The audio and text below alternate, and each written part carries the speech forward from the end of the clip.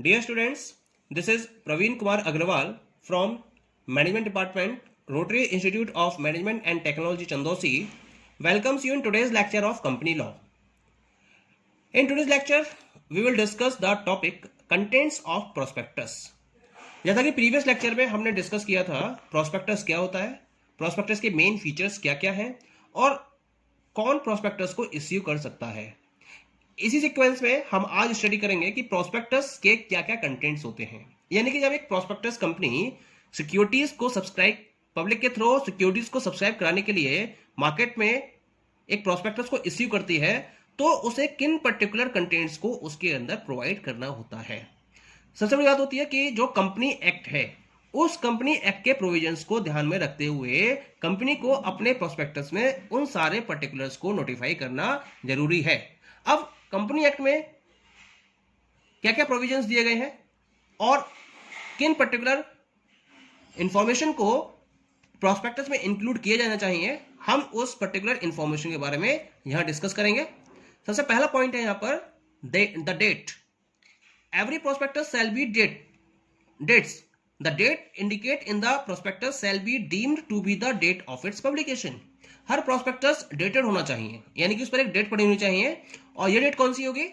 ये date indicate करेगी जिस दिन उसको पब्लिश किया गया है, यानी कि the date of its publication must be the date that is noted on the prospectus. Clear? Second one is the signature. Every prospectus shall be signed by all persons named therein as directors or proposed directors of the company or by his duly authorized agent. जितने भी particular persons हैं जिनको notify किया गया है उन सबके sign उस पर होने चाहिए। वो कंपनी के डायरेक्टर्स हो सकते हैं या कंपनी के प्रपोज्ड डायरेक्टर्स हो सकते हैं या फिर कंपनी के ड्यूली ऑथराइज्ड एजेंट भी हो सकते हैं। Next one is information. Every company should provide the following information in the prospectus. तो क्या क्या इंफॉर्मेशन होनी चाहिए?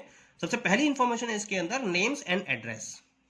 Names and addresses of the registered office of the company, company secretary, CFO, auditors, legal advisers and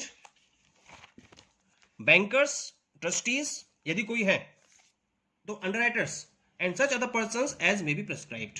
तो जितने भी particular persons को यहां प्रिस्क्राइब किया गया है उन सबके नेम एंड एड्रेस प्रोस्पेक्टस में राइट डाउन होने चाहिए. Next one is dates of opening and closing of the issue. जो पब्लिक इश्यू ओपन किया गया है उसकी ओपनिंग डेट क्या होगी और उसकी क्लोजिंग डेट क्या होगी, यह भी प्रोस्पेक्टस में मेंशन्ड होना चाहिए. Next one is declaration about the issue of allotment letters and refund with in the prescribe time. यानी कि जब शेयर्स को फुल्ली सब्सक्राइब कर लिया जाएगा तो उसके बाद अलॉटमेंट लेटर्स को कब इश्यू किया जाएगा इसके बारे में इंफॉर्मेशन होनी चाहिए. और अगर जिनको शेयर्स अलॉट नहीं किए जाते हैं या जितने शेयर्स की डिमांड की गई है उतने शेयर्स उनको अलॉट नहीं किए जाते हैं तो जो बाकी बचा हुआ अमाउंट है उसको रिफंड कब किया जाएगा इसके बारे में भी प्रॉपर एक डिक्लेरेशन और प्रिस्क्राइब टाइम उसमें नोटिफाई होना चाहिए.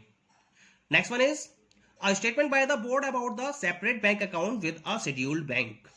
यानी कि जिस पर्टिकुलर शेड्यूल बैंक में कंपनी का बैंक अकाउंट है उसके बारे में भी प्रॉपर इंफॉर्मेशन होनी चाहिए और एक स्टेटमेंट होना चाहिए कि कंपनी के द्वारा जो भी शेयर्स इश्यू किए गए हैं और उस इश्यू से जितनी भी मनी रिसीव होगी उसको इस अकाउंट में ट्रांसफर कर दिया जाएगा. Clear? Next one is details about underwriting of the issue. अगर इश्यू को अंडरराइट किया गया है तो उस अंडरराइटिंग के बारे में प्रॉपर इंफॉर्मेशन होनी चाहिए. The next one is consent of the directors, auditors, bankers to the issue, experts opinion if any as may be prescribed. जैसा कंपनी लॉ में प्रिस्क्राइब किया गया है जो भी डायरेक्टर्स हैं कंपनी के, जो उसके ऑडिटर्स हैं, जो इश्यू के टाइम पर जिन बैंकर्स को सिलेक्ट किया गया है उनकी कंसेंट होनी चाहिए, एक्सपर्ट्स की ओपिनियन उसके अंदर इंक्लूड होनी चाहिए. Okay. Next one is the authority for the issue and the details of the resolution passed therefor. जो इश्यू के टाइम पर अथॉरिटी है वो होनी चाहिए, यानी कि आपके पास ये अथॉरिटी होनी चाहिए कि आप शेयर्स को इश्यू कर सकते हो और उसके साथ साथ उसके रिगार्डिंग जो जनरल मीटिंग में रेजोल्यूशन पास हुआ है उसकी भी कंप्लीट डिटेल की इंफॉर्मेशन प्रोस्पेक्टस में होनी चाहिए। Next one is procedure and time schedule for allotment and issue of securities. Securities के अलॉटमेंट और उसके इश्यू के लिए आप क्या प्रोसीजर फॉलो करोगे और कितने टाइम पीरियड में उसको आप फॉलो करोगे, उसके बारे में भी कंप्लीट इंफॉर्मेशन आपको प्रोवाइड करनी होगी। इसके साथ साथ capital structure of the company in the prescribe manner. Company law में जो प्रिस्क्राइब फॉर्म दे रखी है कंपनी के कैपिटल स्ट्रक्चर को रिप्रेजेंट करने की, उसके अकॉर्डिंग आपको कंपनी के कैपिटल स्ट्रक्चर को भी प्रोस्पेक्टस में प्रोवाइड करना होगा, उसकी डिटेल्ड इंफॉर्मेशन देनी होगी। इसके साथ साथ main objects of public offer, terms of present issue and such other particulars. Public offer के पीछे आपका ऑब्जेक्टिव क्या है, यानी कि पब्लिक ऑफर से जो फंड आप कलेक्ट करोगे उसका यूज किस पर्टिकुलर प्रोजेक्ट को फुलफिल करने में करोगे, उसके बारे में इंफॉर्मेशन।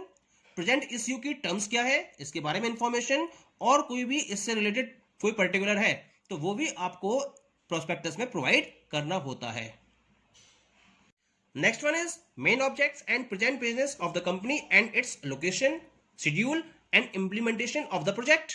कंपनी का मेन ऑब्जेक्टिव क्या है, यानी कि जो प्रेजेंट बिजनेस कंपनी फॉलो कर रही है उसके बारे में इंफॉर्मेशन, और उस प्रेजेंट बिजनेस का मेन ऑब्जेक्ट क्या है, उसकी लोकेशन क्या है, शेड्यूल क्या है उसके ऑपरेशंस के, और प्रोजेक्ट का इंप्लीमेंटेशन किस तरीके से फॉलो किया जा रहा है उसके रिगार्डिंग भी इंफॉर्मेशन आपको प्रोस्पेक्टस में देनी होती है।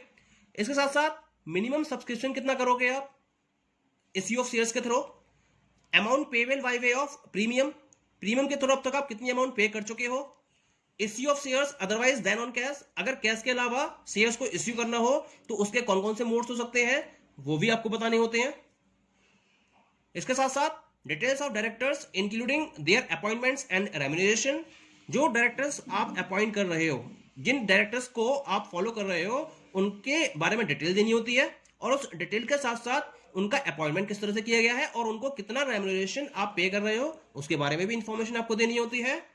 Disclosure in such manner as may be prescribed about sources of promoters contribution, यानी कि जो आपके कंपनी के प्रोमोटर्स हैं उनका कितना कंट्रीब्यूशन है उसके बारे में भी आपको इंफॉर्मेशन या डिस्क्लोजर प्रोस्पेक्टस में करना होता है। तो ये सारी इंफॉर्मेशन है जो थर्ड हेडिंग में आपको प्रोस्पेक्टस में प्रोवाइड करनी होती है। इसके साथ साथ अब हम मूव करते हैं फोर्थ पॉइंट की तरफ, that is the particulars of project. ये इंफॉर्मेशन तो आपको देनी होती है, इसके साथ साथ जिस पर्टिकुलर प्रोजेक्ट में आप उस फंड को इन्वेस्ट करोगे उसके रिगार्डिंग भी आपको पर्टिकुलर्स प्रोवाइड करने होते हैं। क्या क्या पर्टिकुलर्स प्रोवाइड करने होते हैं, management perception of risk factors specific to the project, यानी कि जिस प्रोजेक्ट को आप इंट्रोड्यूस करोगे उस प्रोजेक्ट के साथ में कितना रिस्क फैक्टर एसोसिएटेड है उसका एक मैनेजमेंट परसेप्शन आपको देना होता है, उसकी इंफॉर्मेशन देनी होती है। प्रोजेक्ट का गेस्टेशन पीरियड कितना होगा, यानी कि प्रोजेक्ट को शुरू करने में आपको कितना टाइम लगेगा, इंप्लीमेंटेशन में कितना टाइम लगेगा उसके, ये आपको बताना होता है। Extent of progress made in the project, project के रेफरेंस में आपने कितनी प्रोग्रेस अभी तक कर ली है वो प्रोग्रेस आपको बतानी होती है। और प्रोजेक्ट को कंप्लीट करने की डेडलाइन क्या होगी, किस पर्टिकुलर पीरियड ऑफ टाइम तक आप उस प्रोजेक्ट को कंप्लीट कर लोगे उसके बारे में भी आपको पर्टिकुलर्स प्रोवाइड करने होते हैं। Next one is particulars of litigation. Litigation क्या होता है, अगर कंपनी के अगेंस्ट में कोई लीगल एक्शन लिए गए हैं तो उससे रिलेटेड भी पर्टिकुलर्स आपको प्रोवाइड करने होते हैं, then it is known as the litigation. The next one is that is the reports. Some of the reports must be associated regarding financial position of the firm in the prospectus। कौन कौन सी reports attach करनी होती है prospectus के साथ में, reports by the auditors of the company with respect of its profits and losses, assets and liabilities, company के profits losses और उसके असेट्स एंड लायबिलिटीज के रेफरेंस में रिपोर्ट प्रेजेंट करनी होती है। Next one is reports relating to profits and losses for each of the 5 financial years immediately preceding the financial year of the issue of prospectus। जिस financial year में आप prospectus को issue कर रहे हो उससे 5 साल पहले तक की प्रॉफिट एंड लॉस स्टेटमेंट की रिपोर्ट आपको प्रोस्पेक्टस के साथ में अटैच करनी होती है।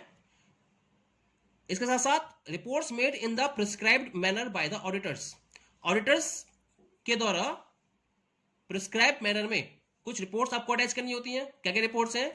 Profit and losses for each of the 5 financial years preceding the financial year of the issue of prospectus, यानी कि प्रोस्पेक्टस के इश्यू से 5 साल पहले तक की प्रॉफिट और लॉस की रिपोर्ट ऑडिट की हुई। और दूसरी, assets and liabilities of its business not exceeding 180 days before the issue of the prospectus। prospectus को जिस दिन आप इश्यू करोगे उससे 180 दिन पहले तक की assets और liabilities की जो पोजीशन है फर्म की, उसके बारे में भी आपको एक रिपोर्ट अटैच करनी होती है। Clear? And the last report is report about the business to which securities are to be applied. उस पर्टिकुलर बिजनेस के बारे में भी आपको रिपोर्ट देनी होती है जहां उन सिक्योरिटीज को आप अप्लाई करोगे, उसके बारे में भी आपको इंफॉर्मेशन देनी होती है। Clear?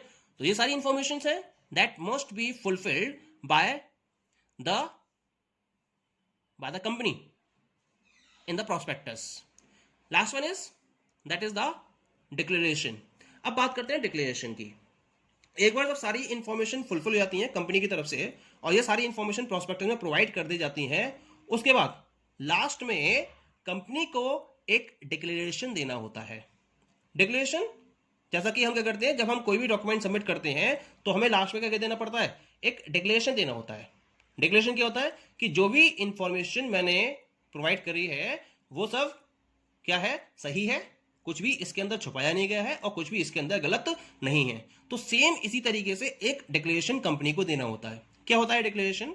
Prospectus shell also include a declaration made about the compliance of the provision of this act, the Securities Contract Act 1956 and the SEBI Act 1992 and the rules and regulations made there under।